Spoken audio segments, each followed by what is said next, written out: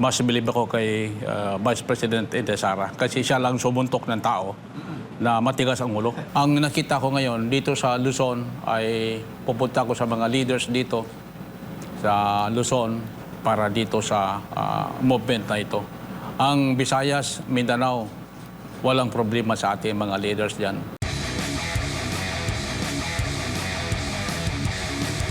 Para sa kaalaman ng ating mga kababayan, si Ginoong Mark po ay naging commissioner ng Games and Amusement Board mula noong 2017 hanggang 2021 at naging barangay chairman. Tatlong termino po ito dyan po sa R. Castillo, Agdao, Davao City at naging direktor ng Liga ng mga Barangay.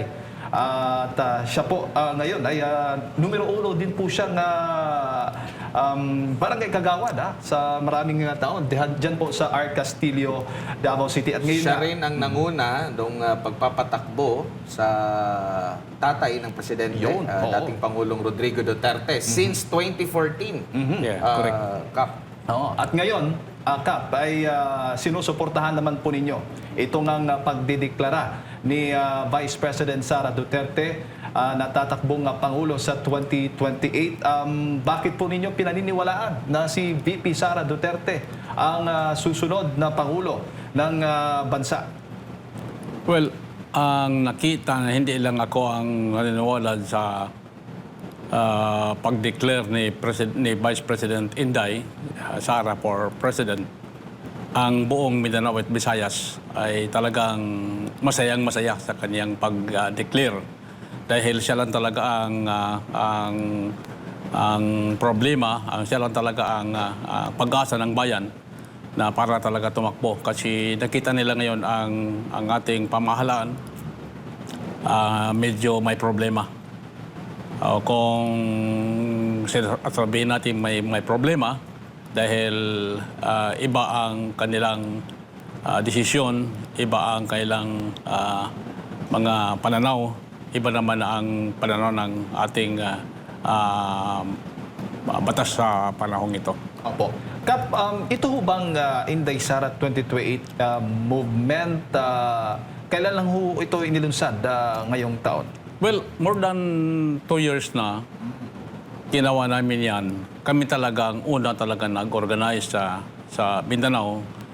Kaya katunayan na mayroon ng taga sumali sa amin, taga Tawi-Tawi, taga Sambonga, taga Basilan, Lanao Sur del Norte, taga Barm, taga Davao Region. At kami hindi lang sa Davao City, kasi kung Davao City lang, siyempre Duterte na yan.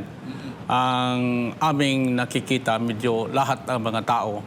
At nung sa kundayan, noong December 7, nagkaroon kami ng Mindanao Convention at dumalo yung mga 3,000 ka mga tao, lahat leaders ni Vice President Inday.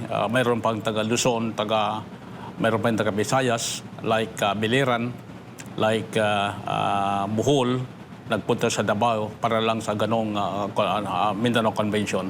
So masayang-masaya talaga ako na dumating yung mga tao. Talagang ang tao ngayon, kahit hindi mo na puntahan at kampanyahan, talagang sila na ang lalapit sa'yo just to support VP Inday Sara plano para tumakbo ng kapresidente.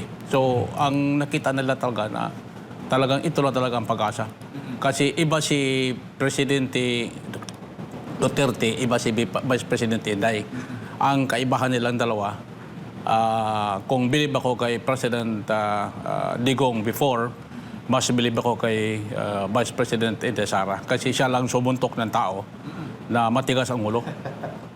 Hindi yan basta-basta yan talagang may kanyang panindigan at may ginagawa talaga na para makatulong sa bayan. Opo.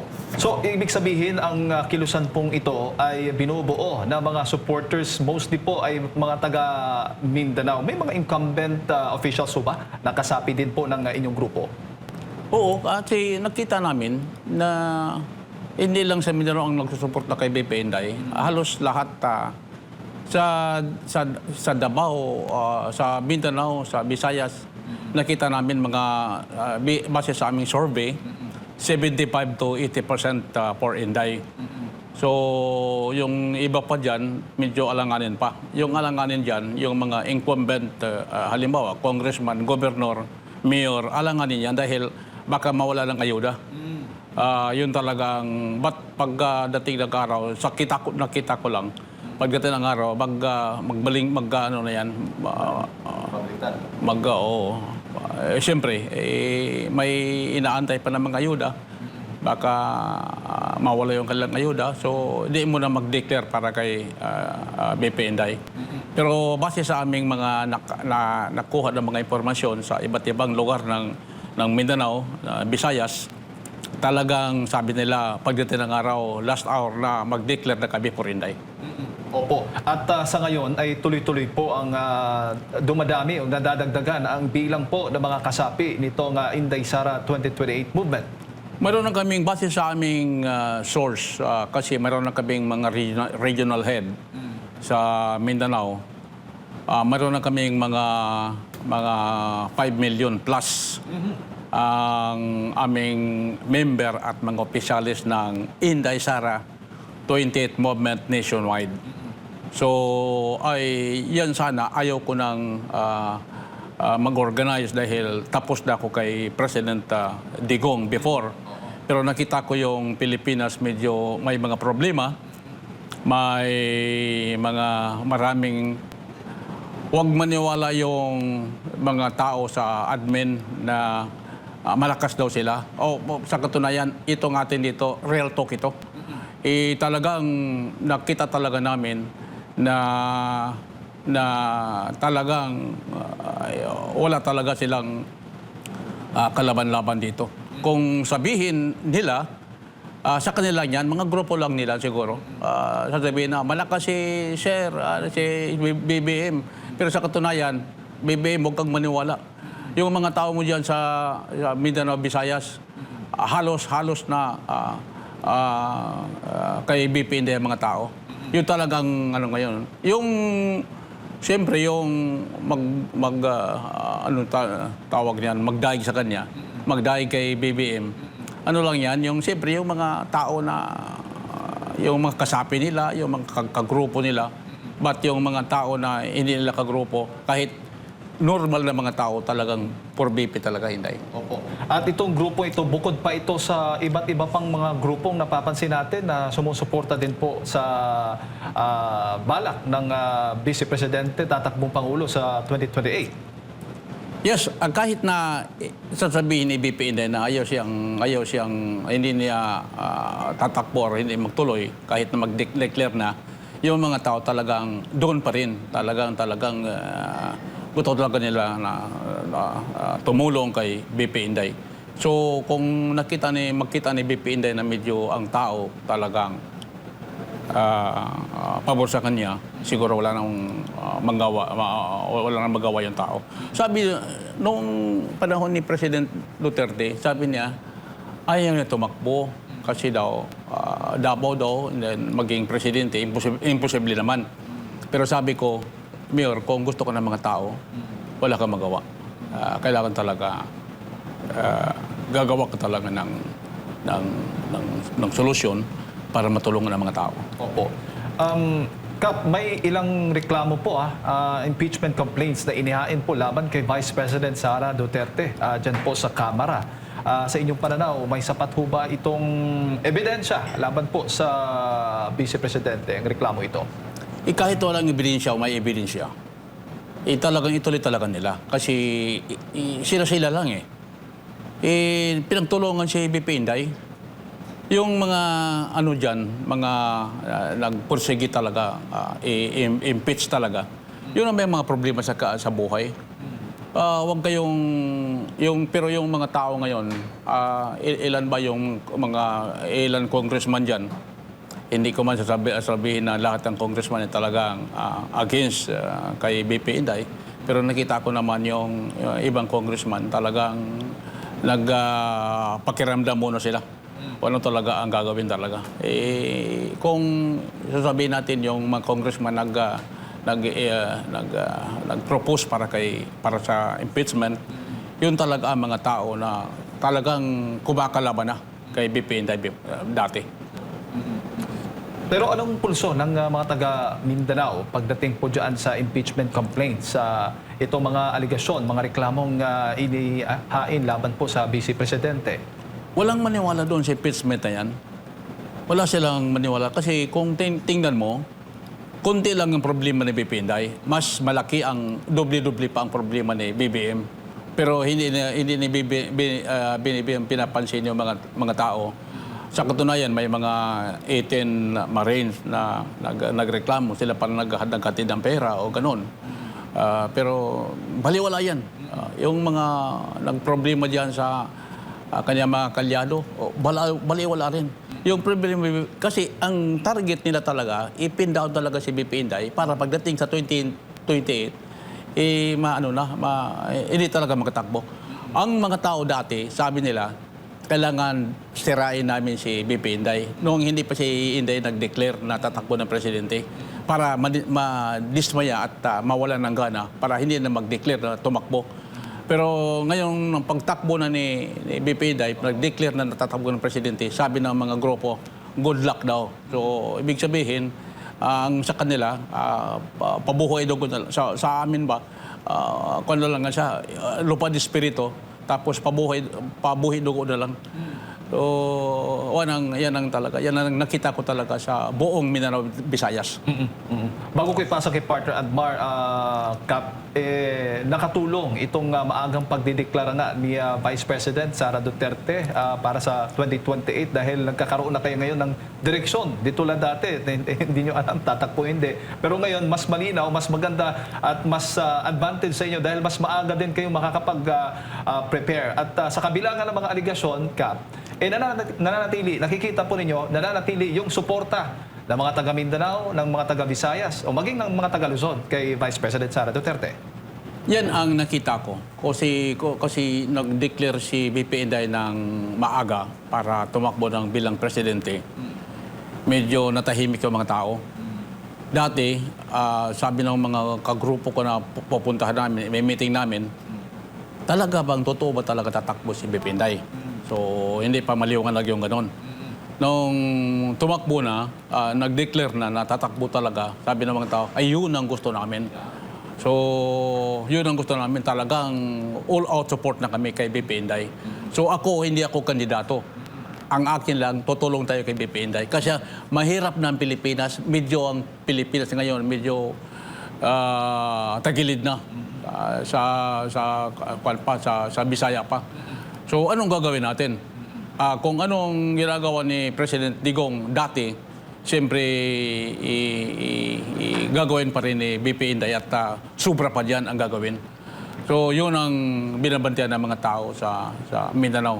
Hindi lang sa Davao. Hindi ako believe kay BP Inday dahil taga Davao, hindi taga Mindanao, ating kaibigan pa, kundi believe ako dahil sa kanyang pamumuno sa naging mayor pa ng Davao, naging vice mayor ng Davao, naging mayor. So, tested na, naging vice presidente. So, next step, presidente na talaga. Kap, magandang umaga, may buntag.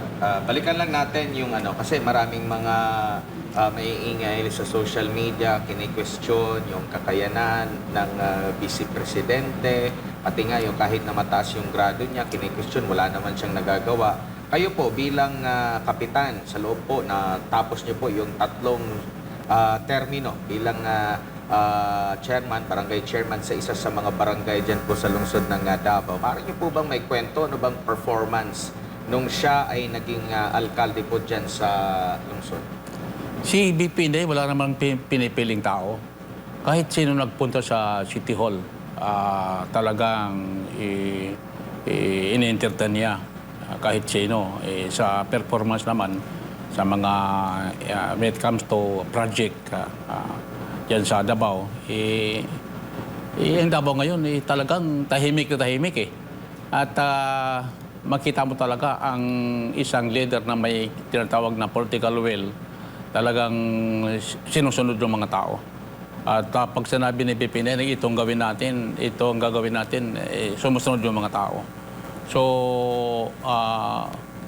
sa naging alkalde si BP Inday sa Davao City, walang masabi yung mga tao. Siyempre, kung yung hindi talaga yung taga Manila magpunta ng Davao, kung anong sasabihin, kahit anong sasabihin talaga, hindi talaga maniwala yung mga tao.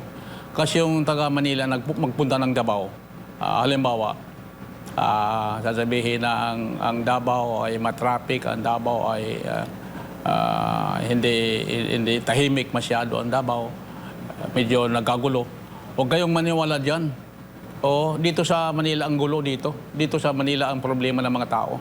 Yung mga traffic, mass traffic dito sa Metro Manila. Walang hindi ma-traffic ang Davao City. Normal lang talaga yan kung may mga issue. Alam mo naman, kung wala kang issue ngayon, talagang gagawa nga ng issue para may mga masasabi ang mga tao. Pero sa totoo lang talaga, 100%. Kaya si BP Inday, sinasabi ng mga tao na dapat tumakbo ng presidente pag manalo na. Baka ito na magbago na ang ating bansang Pilipinas. Huwag kayong maniwala sa mga tao na sasabihin si Marcos sa Mindanao at Visayas malakas. Wala yan. Hindi malakas yan. Huwag kayo, Mr. Marcos, huwag kang maniwala sa mga tao mo. Yan sa Mindanao, sa Visayas. Yung sasabihin talaga ng mga tao mo na malakas kasi tao mo yan eh. Pero yung ibang tao na pangkaraniwang tao lang ang puntahan ninyo, tanongin ninyo, talagang wala talaga. Makita mo ngayon sa survey. Sa Mindanao alone is nakita ko sa Mindanao, hindi lang sa Davao, Mindanao talaga. Mga 75 to 80% ang rating ni Inday.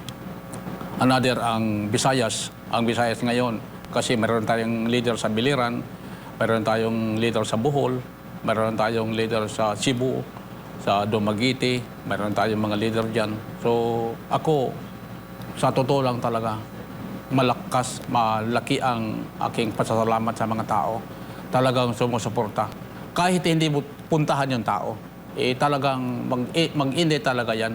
Kaya ang ginawa namin, yung mga tao dyan sa Mindanao, sa Visayas, kami for Inday. Anong gagawin namin? Kaya ito ang movement ginawa natin para may lapitan ng mga tao. May mga tao sasabihin na papunta kami sa iyo para tumulong kay BP Inday.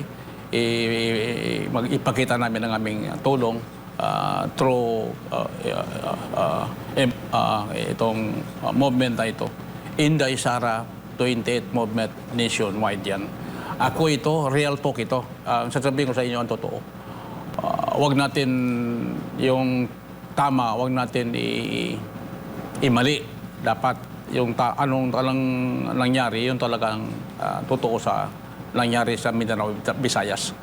So, ang nakita ko ngayon dito sa Luzon ay pupunta ko sa mga leaders dito sa Luzon. Sa katunayan, partner ko si General John Abier at mamaya mag-usap kami para dito sa movement na ito. Ang Visayas, Mindanao, walang problema sa ating mga leaders diyan. Mayroon tayong regional head sa mga bawat region ng Mindanao. Region 9, si General Binang Adjerel ng Hulo-Sulu. Region 10, si Cesar Raman ng Iligan City. Region 10 yan.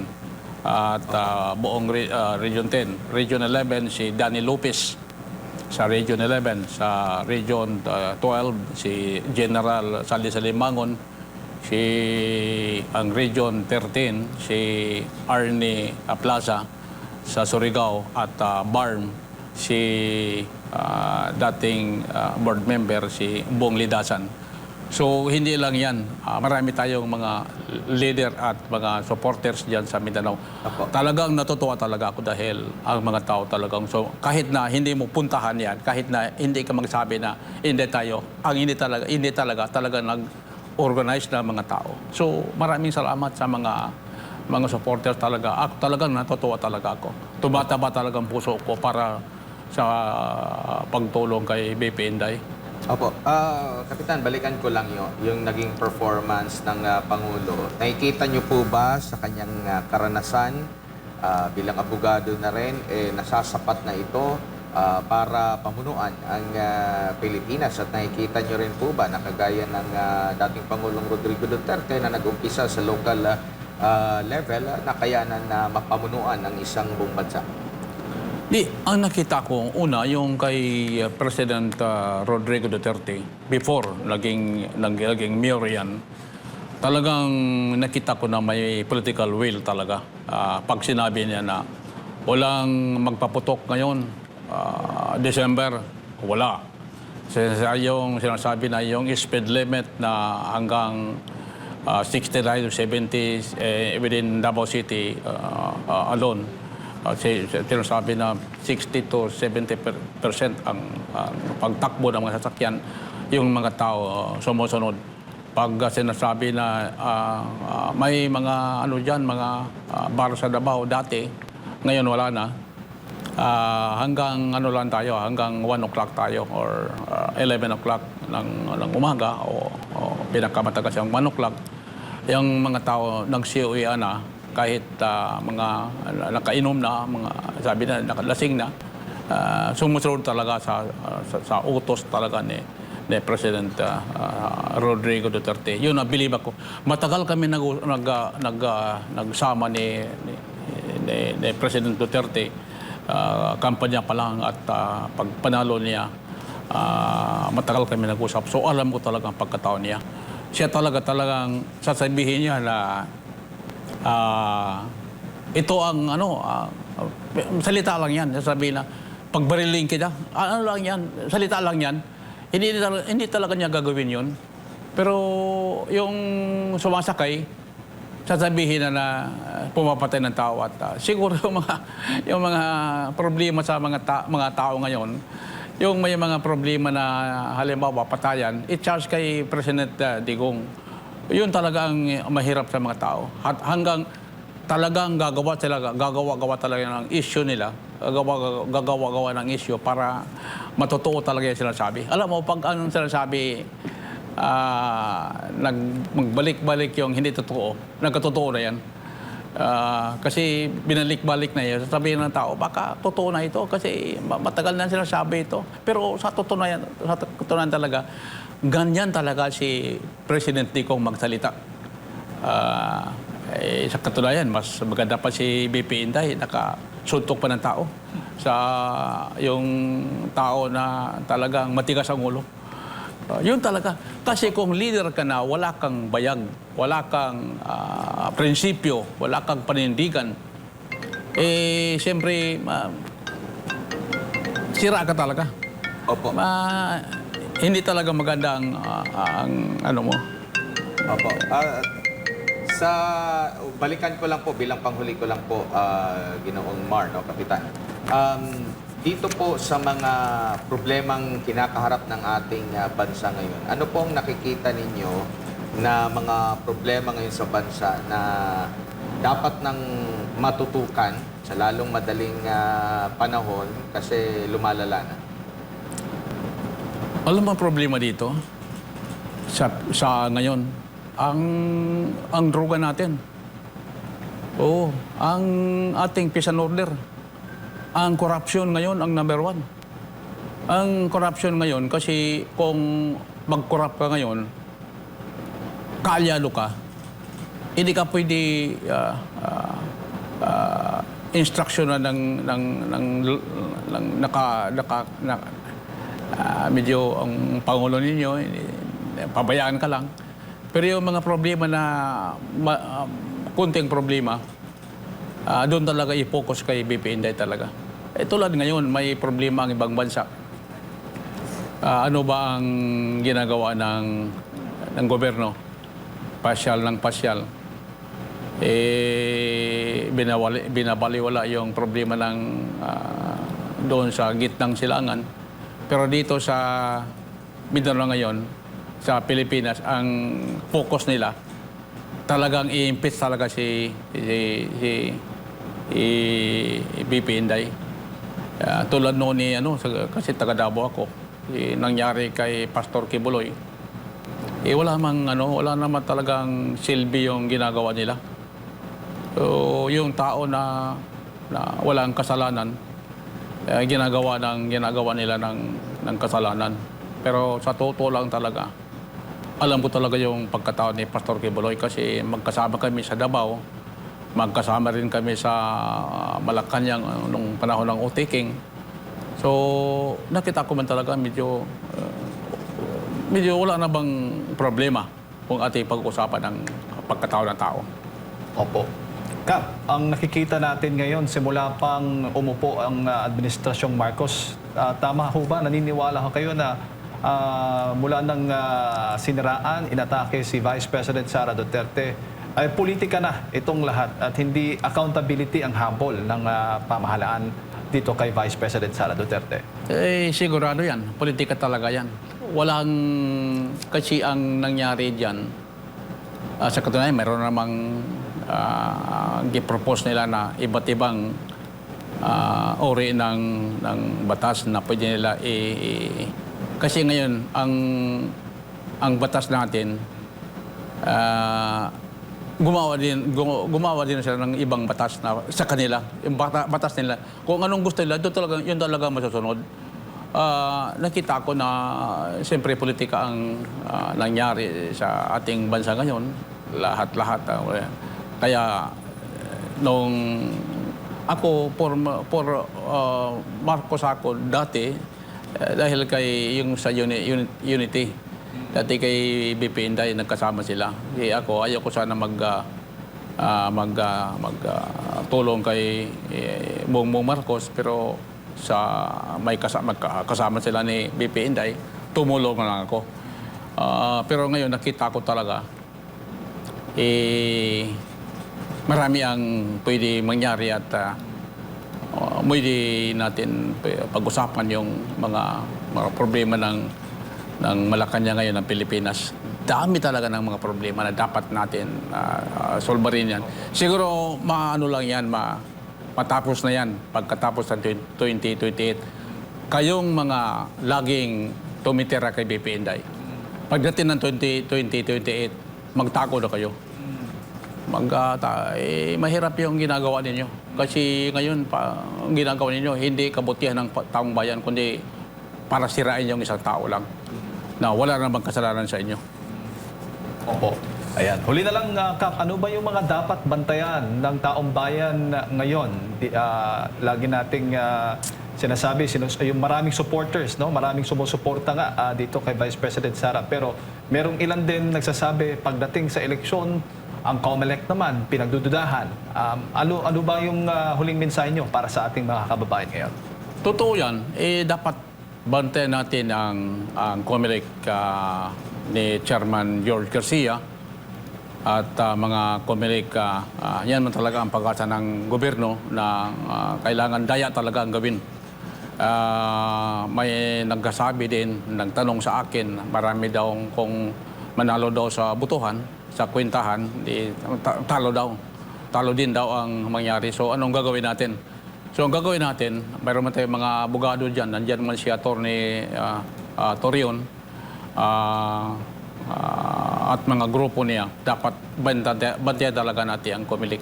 Wala nang ibang gagawin ng mga tao, ng mga ating mga abogado. Bantayan talagang COMELEC. Diyan talaga ang daya sa COMELEC. Diyan talaga ang mga problema sa COMELEC. Kaya ngayon ang gobyerno, kahit na takilid na sila, sabihin na malakas kami dahil baka diyan sa COMELEC nagasa. Opo. At may upcoming atang event po kayo, kung hindi ako nagkakamali. Kat, pwede niyo pong i-promote sa ating mga kababayan, bigay niyo pong alam sa ating mga kababayan na nanonood po sa mga oras na ito. Baka ngayon mag-usap kami ni General John Javier. Mayroon kami ditong meeting sa Manila at mga leaders sa Manila. Gusto talaga namin na kasi ang labanan dito sa Manila talaga sa Luzon. At kung hindi ko nagkakamali, sa March 11, meron din ho ba kayong event? March para 11. Kay former President Rodrigo Duterte, kasama ho ba kayo? Sa March 11 din, mayroon. Tapos mayroon din sa Davao. Na narinig ko sa Davao na papunta yata si BP Inday sa San Pedro Cathedral. at mga kagrupo ng movement natin, kasama si Ruben Gonzaga, ang Vice President sa movement natin, Inday Sara 28th Movement nationwide, pati si Baser Cabrera, ang ating National Parallel, at saka si Tat sa Maligwat, ang treasurer ng ating movement. Marami tayong mga opisyal ng movement na dadalo sa March 11 kasi nandoon si BP Inday. At marami pang mga okasyon o mga programa pa dito sa Metro Manila. Oo, kasi ito yung araw, March 11, isang taon. Paggunita ng isang taon nga ng pagkaka-aresto kay dating Pangulong Rodrigo Roa Duterte dyan po sa ICC. Nationwide itong event na ito, Kap. Nationwide. Marami pong mga supporters ng dating Pangulo, ng mga Dutertes, makikisa po sa paggunita at pag-obserba po nitong upcoming event, this coming March 11, 2026. Ipaabot lang natin sa publiko at sa taong bayan na sana safety lagi si dating Presidente Duterte. Kasi nung malapit na sila mahuli ng nila General Torre, nagkita kami sa airport. Sabi sa akin, Mar, antay lang natin si BP Inday kung anong plano niya. So, yun ang nasa isip ko na kailangan talaga na panindigan ko ang sinabi niya na talagang antay natin si BP Inday kung anong plano niya.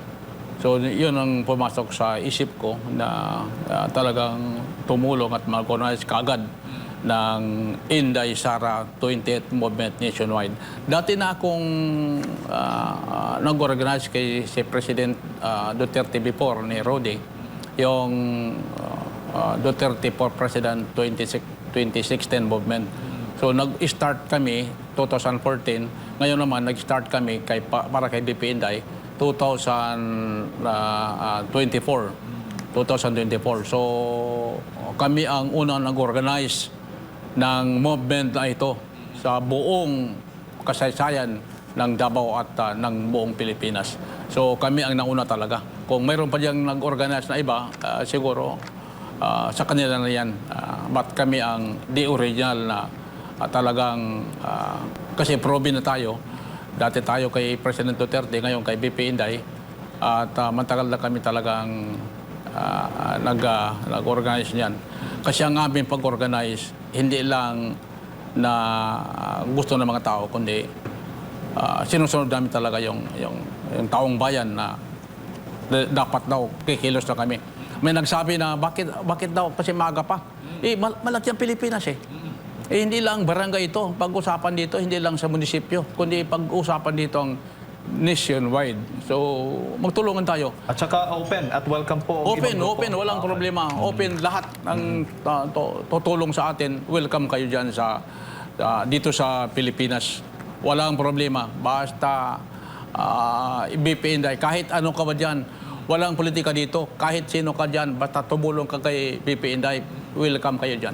Ayan mga kababayan, si Captain Mar Masanggid, isang National President po at founder ng Inday Sara 2028 Movement, ang ating pong nakasama at napakinggan po ngayong umaga. Maraming salamat po, Cap. Mayroon akong gumustahin dito. Sige. Okay lang siguro ito. Sige. Kay Sultan Saipon, kung Sultan Saipon diyan sa Matanog, leader natin yan. Magandang umaga diyan, Sultan Saipon. At kay Halal Bayabaw ng Lanao Sur, magandang umaga diyan sa inyo at nakikinig kasi sabi ko kahapon na ma-interview ko sa SMNI ng mga alas 8 ng umaga. Sila daw ay talagang manonood daw sila. Sabi niya, hindi mo na ako kakain bago manood mo na. At saka si Ludong Dumagunot ng Manay, Davao Oriental. At saka sino pa itong nandito?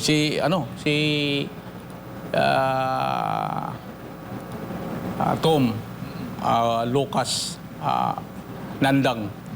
Tom Lucas Nandang ng Kabuntalan, Maguindanao del Norte.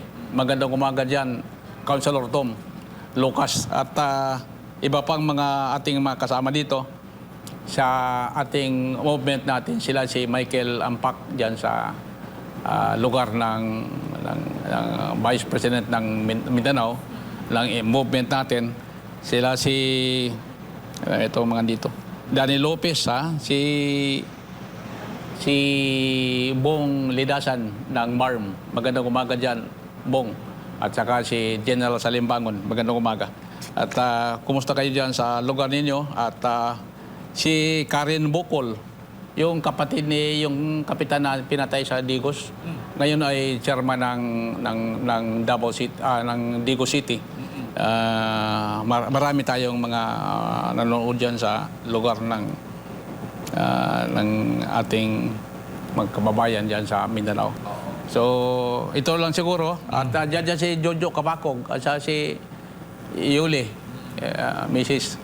Magandang umaga at sana ay pati Ibyang sa Ubalde. Magandang umaga dyan sa iyo, Ibyang. At iba pang mga lugar ng Mindanao. At ako, papasalamat sa inyo dahil ako ay binigyan ninyo ng pagkakataon para magpaliwanag sa taong bayan. Ang sinasabi ng kabila na taong bayan sila lang.